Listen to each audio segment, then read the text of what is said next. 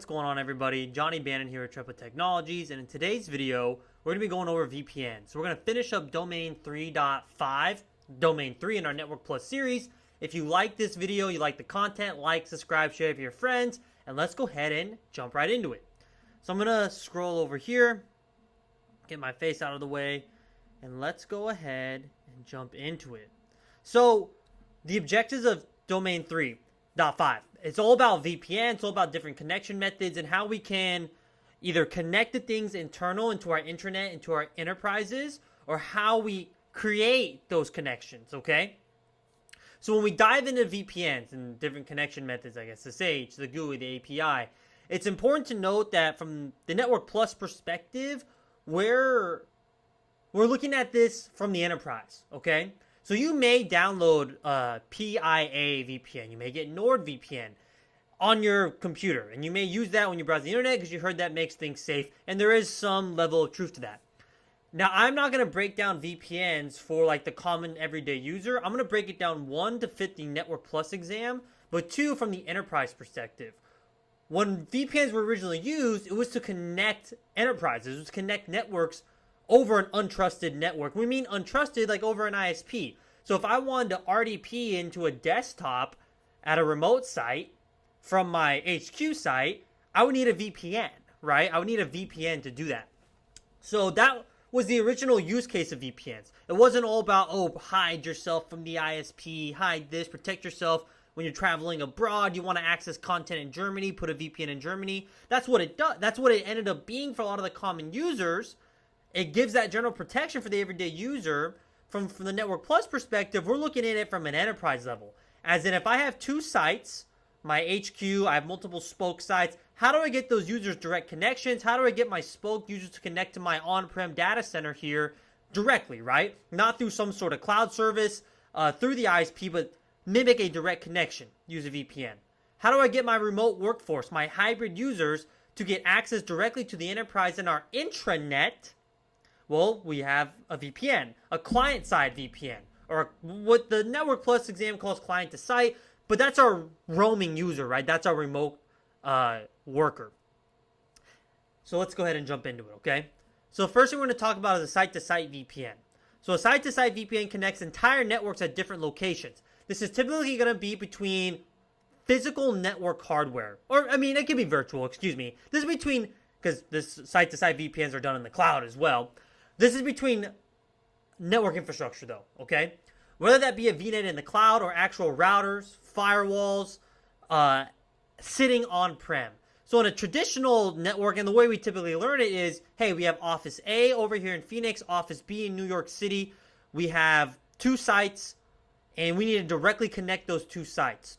They're both connected to their ISPs in their local or regional area, but we want it to make the sites believe they're directly connected to each other. We create a site-to-site VPN, and there's plenty of technologies that enable this. The biggest one that we use in networking is just an IPsec tunnel, right? A basic IPsec tunnel, and there's multiple ways we can build that IPsec tunnel. We have Internet Key Exchange version 1, Internet Key Exchange version 2, IPv1, IPv2.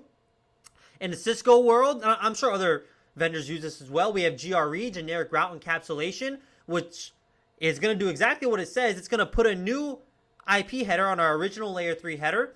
That's going to be our VPN or our tunnel IP addressing, okay?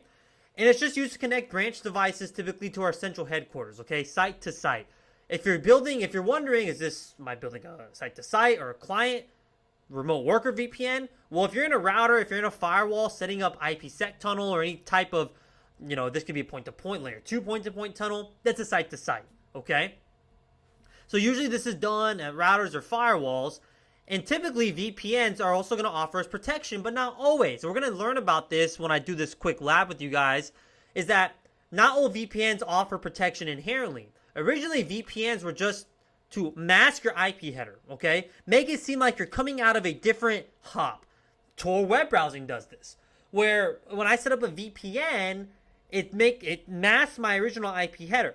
That doesn't offer confidentiality or data in transit encryption inherently. Now, as we've gone through the years, obviously in our big corporate environments, we want that. We don't just want a VPN that offers us no protection. What's really the point of that if we're transiting untrusted ISP networks, right? So typically VPNs are going to offer protection, and that's what they are nowadays, right? When people think VPN, they think security. Not the original purpose was just to connect remote sites, right? So the advantages: employees across locations can access shared resources and applications.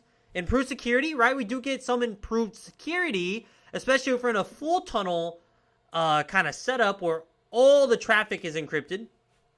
Cost effectiveness.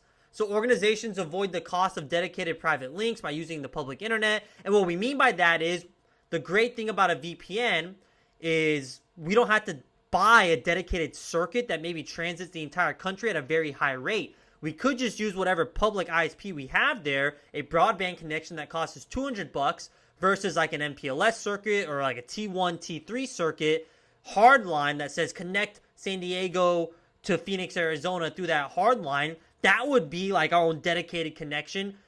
You know, it'd be safe, like direct connections between that big trans-regional connection, but it costs us maybe thousands of dollars a month without that high bandwidth, okay? All right, then we have client-to-site. So client-to-site VPNs, and I don't call them this when I'm working. I just say our remote access VPNs, our remote workers, right? Our client VPNs. They allow individual clients to connect to an organization's internal network. So this is the remote worker. This is you when you click on the bottom right, your Windows screen, Cisco AnyConnect, and that connects you to your enterprise, right? And all of a sudden, you're able to access your SharePoint portal. You're able to access things that you could access when you're in the office. And then you notice, I can't access that, the portal, our share drive, our internal acknowledgement system when I'm at home. Because I got to turn my VPN on. So you get to work. Part of onboarding is, hey, when you're working from home and you're working on things for the company, turn that VPN on. That's one, for protection, but two, also so the company knows they don't want to have to sit down and explain to you, get a whiteboard and say, hey, part of your onboarding is you're going to learn how client VPNs work. No, they're just going to tell you, hey, you want to work on stuff from home, or you're a hybrid worker, turn that VPN on, okay? Either on your personal computer or the computer we're about to send you home with, okay? So how it works: a user installs a VPN client software on their device. When they connect, the software encrypts the data and establishes a secure tunnel to the organization's VPN gateway or VPN concentrator. That's a router, a firewall, sitting at the headquarters or sitting at whatever office that they have resources on there they need to connect to, right? So it's installed on the actual client OS, okay? Sometimes this is also done in a web browser now. We have unique things like thin clients in the cloud. Anyways, we have clientless options. So some client-to-site VPNs are clientless, meaning users connect through a web browser, right? What I just explained. And then one thing we're going to talk about is split tunnel versus full tunnel. So this is very important, okay? So a full tunnel VPN. This describes a site-to-site and a client-to-site, a remote access VPN, okay? Both can be configured, site-to-site and client-to-site, either as a split tunnel configuration or with a full tunnel configuration. Now, the full tunnel configuration, let's start there. It's the easiest to understand. Let's say we have a remote access VPN or client-to-site VPN installed on this user here, and this user is connected to a Starbucks Wi-Fi. Well, when they turn that VPN on, they do it so they can access their enterprise network. They do it so they can access whatever corporate resources they need to access to do work on. What they don't know, if it's configured as a full tunnel, is that when they're browsing their personal Facebook, YouTube, Reddit, anything, if it's a full tunnel configuration, all traffic that's destined to the internet, so all traffic, right, especially if you're a remote worker, is going to go to the enterprise network first in a full tunnel configuration. So in a full tunnel VPN, it says, hey, 0.0.0.0/0. If it's destined to this quad 0, it's pretty much like a default route, pretty much saying it don't matter where you're going out there on the internet. Guess what? If it's an IP address or an IPv6 address, it's all going to come to us first at the enterprise through our VPN gateway or through our VPN concentrator. And then, if you're trying to hit YouTube, something that's not on the enterprise, we'll forward you, okay? A split tunnel is the exact opposite. A split tunnel says, hey, my VPN software, whatever that is, if we're site-to-site and we build GRE IPsec tunnels, or we're a client-to-site remote access VPN and it's downloaded on our client OS, a split tunnel says, hey, if I notice that you're trying to connect to an enterprise resource, so in your layer 3 header and that network IP header, if the destination IP is an IP address that's to the enterprise. An IP address, a system on the enterprise network, you're going to send that through the VPN.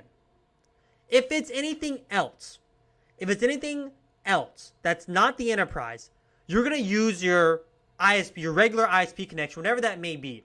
So if I'm at home and I'm getting on my company's SharePoint portal or my company's Confluence, it's not in the cloud. We actually still have an on-prem data center Jira Confluence configuration for whatever reason. If I'm going to that enterprise resource, I'm going to the VPN. If I'm browsing YouTube, I'm using my own ISP. Now, this is what I believe is the preferred method, depending on how you have things set up, how your security, your risk appetite is, how your organization wants to do things. They may want a full tunnel to get that full control to view everything that user's doing on a corporate-owned computer maybe, because maybe they tell you, hey, you can only do work on this corporate-owned computer, but you can take it home with you. Maybe they want to see everything, so they can see if you're going on potential malicious sites. Split tunnel VPN is great for BYOD. Hey, you want to use your own personal computer? That's good with us. We spend less money. You got to download this VPN, and we're going to give you some level of privacy, and we're only going to send your traffic through the VPN when it's destined to our enterprise, okay? Everything else is your own going to your ISP, okay? So that's the difference between split and full tunnel. Okay, the different connection methods. So now in a network enterprise, kind of getting away from the users, how do we as network engineers set up connection methods to our network infrastructure and resources? So we have SSH. SSH is a cryptographic protocol that uses the asymmetric encryption RSA that gives us data confidentiality in our data in transit. And it's a typical way that we can connect to servers, routers, switches, and firewalls through a CLI, right? So using like PuTTY, we can SSH to Linux servers just based off our bash shell, right? So it's ideal for accessing network switches, routers, and servers. A GUI. A GUI is what I have on the screen here. When I go create a VNet in the Azure Cloud Platform, I get on their portal, but that's a GUI, a graphical user interface.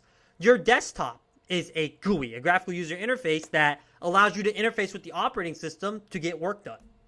So if we are configuring SD-WAN, SD access, once we onboard the devices, right, we use a GUI. We don't use SSH anymore to create routing preferences. We don't use CLI or SSH to connect to a switch and an SD access deployment when we want to add a VLAN or a policy, right? We go to the what's called Catalyst Center now. If we're using a Cisco, we go to Catalyst Center.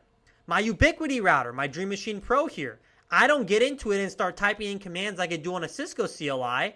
I go to my web portal, which is a graphical user interface to create VLANs or another wireless network or VPNs or anything like that. Okay, anything that would do on a router is done through the GUI, the portal.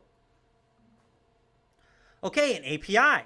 So this is common when you see sign in with Google. That is a web server connecting back to Google's authentication servers through an API using OAuth 2.0 more than likely. But this allows network device and applications to communicate and automate processes. So back to a more network-focused example of APIs, Catalyst Center.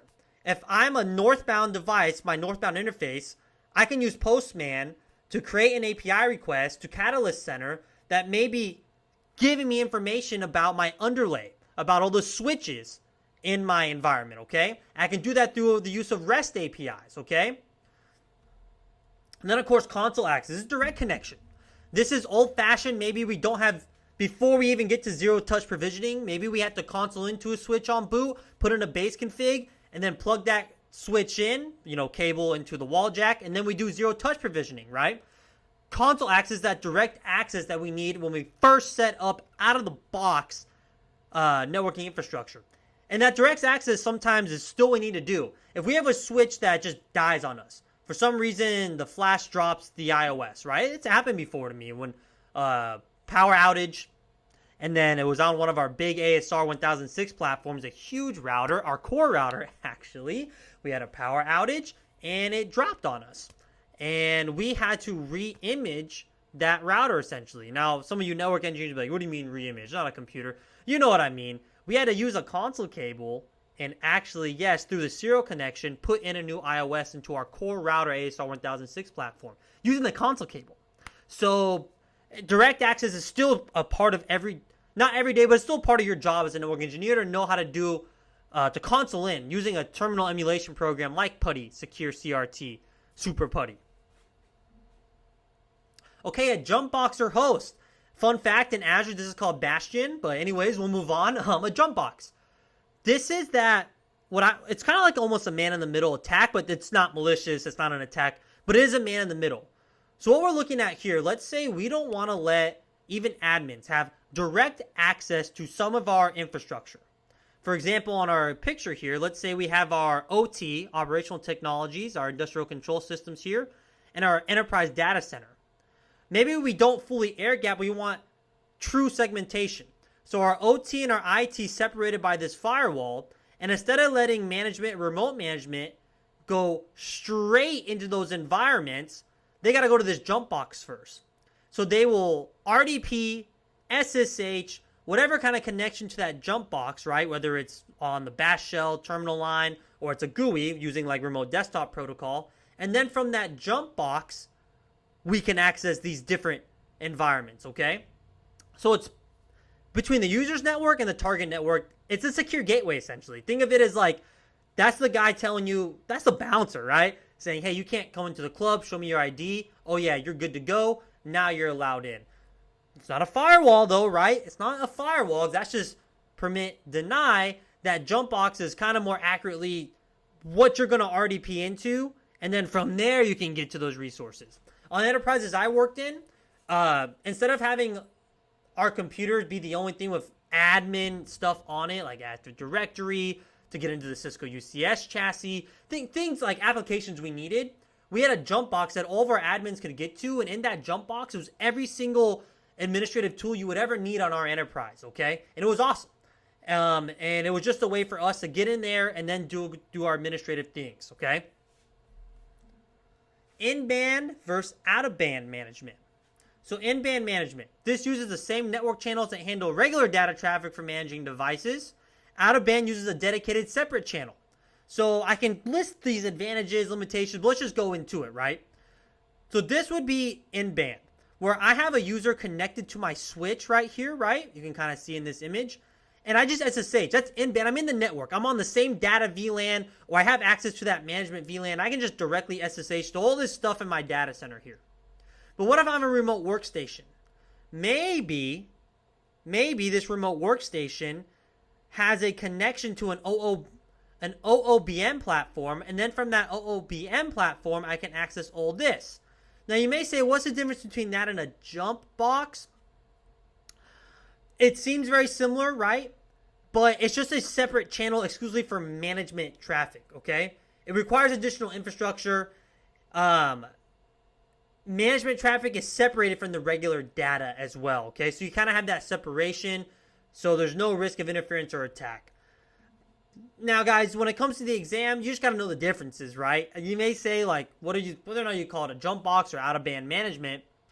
A jump box is specifically an intermediary device used to access and manage other network devices, okay? And then we have another definition here, in-band versus out-of-band management, that you just have to recognize, okay? All right, now before we do our quiz, let's go ahead and do a lab. I'm going to pause the video. We'll bring up our lab. We're going to configure a site-to-site VPN. Just GRE. We're not going to put IPv1, IPv2 on it right now because this is Net Plus. I don't want the video to be 40 minutes. So I'm going to pause the video. I'll see you in just a moment. We're back. Not on the lab yet. Just want to give a quick shout out. If you want to learn more about VPNs, impress your wife, your husband, your family about how they really work, go watch this guy's video on VPNs.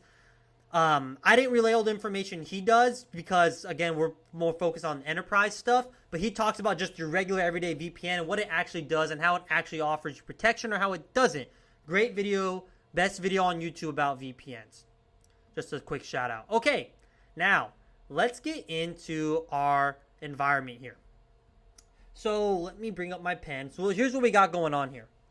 So we have the Phoenix router here, or this router located at Phoenix, and this is our LAN, okay? So we have our users here in Phoenix, and then at RDU, we're going to say this is the hub. Let me change my color real quick on my pen. Put it to white, okay? So this is the hub. and this is our spoke, okay? So obviously, if I had more spokes over here, I'd probably do something like Flex VPN or DM VPN, but we're not going to do that right now. We're just going to do a simple GRE tunnel, okay? So we need to make sure that this PC can talk to this PC directly. Now, I don't mean that now you may be saying, well, what do you mean? Like, I'm sure there's times you don't need a VPN to make sure these two can talk to send IM or emails. And you're right, because your Office 365 is in the cloud where they both can access that because we have ISP connections, right? And that's how they talk to each other. No, we're doing something different here. We're going to make sure that they can directly talk to each other. So if I need to RDP remote desktop from PC4 to PC5, they need direct connection, okay? They need to actually be able to directly ping each other. So here's what we're going to do. We're going to build a GRE tunnel between R1 and R2. R1, this public IP here, outside IP, okay? R2 is going to be able to ping this, okay? R1 is going to be able to ping this outside IP as well.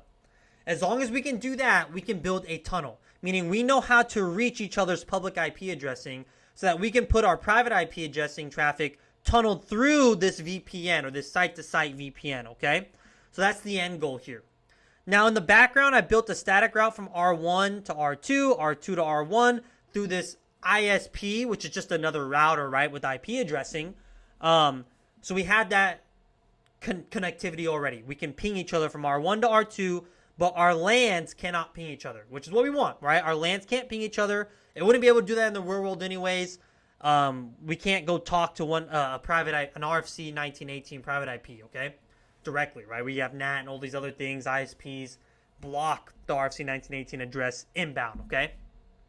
So we're going to do that by building interface tunnel 10, a GRE tunnel, and then we're going to route the traffic using ERGRP, okay? So let's go ahead and jump right into it.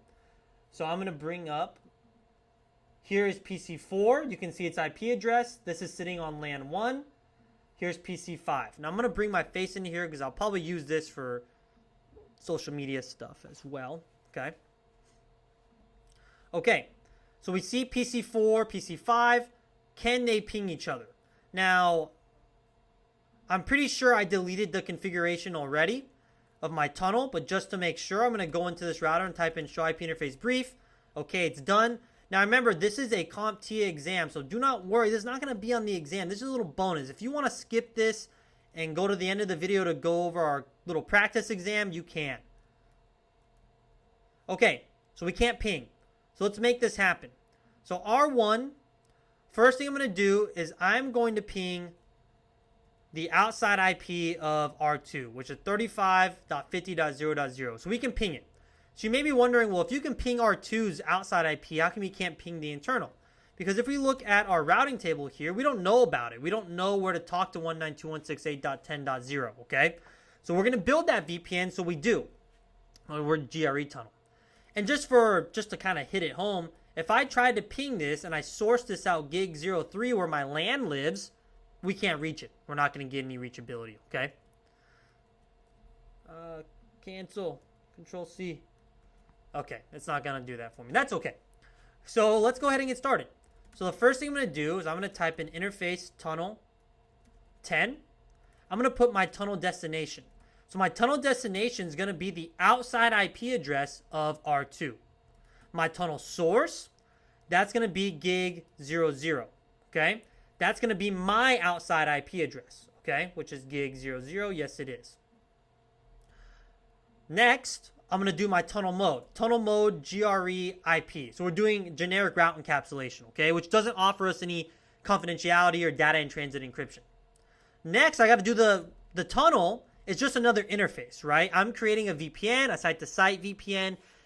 That actual connection, think of it as another interface, even though it's logical, it's virtual, but it still needs an IP. So that's going to be this. This is the subnet for the tunnel, okay?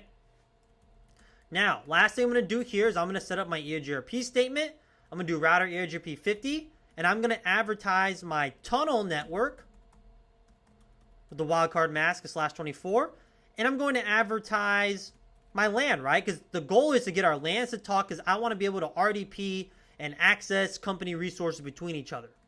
And then I'm going to do passive interface gig 00, because I do not want my ERGRP statements going out my physical interface towards the ISP. I want that going over the tunnel. We're going to make ERGRP neighbors over a tunnel interface. Guess what, guys? On R2, we're going to do the exact same thing, just kind of in reverse. And what I mean, not in reverse, but our tunnel destination and source is going to be flipped, right? So here the tunnel destination is R1's outside IP address, outside interface. The tunnel source is our gig 01. I do believe I do this. Yep, gig 01. So we have our tunnel destination. We have our tunnel source, correct. Let's do our mode, GRE IP. And let's do our IP address. This is going to be within the same subnet, okay? Because remember, this interface tunnel is just like any other interface. Even though it's logical and virtual, we still need an IP. Let's see if our tunnels can ping each other. They can. But can we ping our LANs? Probably not, because we need to advertise those LANs, okay? Through ERGRP. So let's go ahead and create ERGRP neighborship over the tunnel. And then PC4 and PC5 will be able to talk to each other. So we're going to do router ERGRP 50. That has to match the autonomous system. We're going to do network 192.168.1.0 with a /24 wildcard mask. I'm going to do passive interface gig 01 as well. I don't want these ERGRP hello packets going out to my ISP. And then I'm going to bring up neighborship by putting the tunnels network in my ERGRP statements. Now, once this neighborship comes up, if let's do this ping. Do ping 192.168.0.10. That's the PC. Source from gig 03. We can ping, guys. So now PC4 can ping PC5. And now we have those direct connections. And if I wanted to, we could RDP as long as we're allowing port 3389 through. Woo! Let's go. Let's go ahead and pause the video again. Let's finish up with our quiz, and we'll be done with Domain 3 of Network Plus. Alright guys, so let's go ahead and go to our lessons here. This is on our learning management system, where we have our custom software for our LMS, custom practice exam software. I'm going to go to week 3, Domain 3, day 14. I'm going to scroll down here, and I'm going to go to take domain quiz. I'm going to zoom in here, so it's a little easier to see on the screen. Okay, question 1. Which of the following best describes a jump box / jump host? That's going to be an intermediary device that users connect to before accessing other network devices, enhancing security. There's our explanation there, if you want to pause and check it out. Question 2. What is a primary advantage of out-of-band management?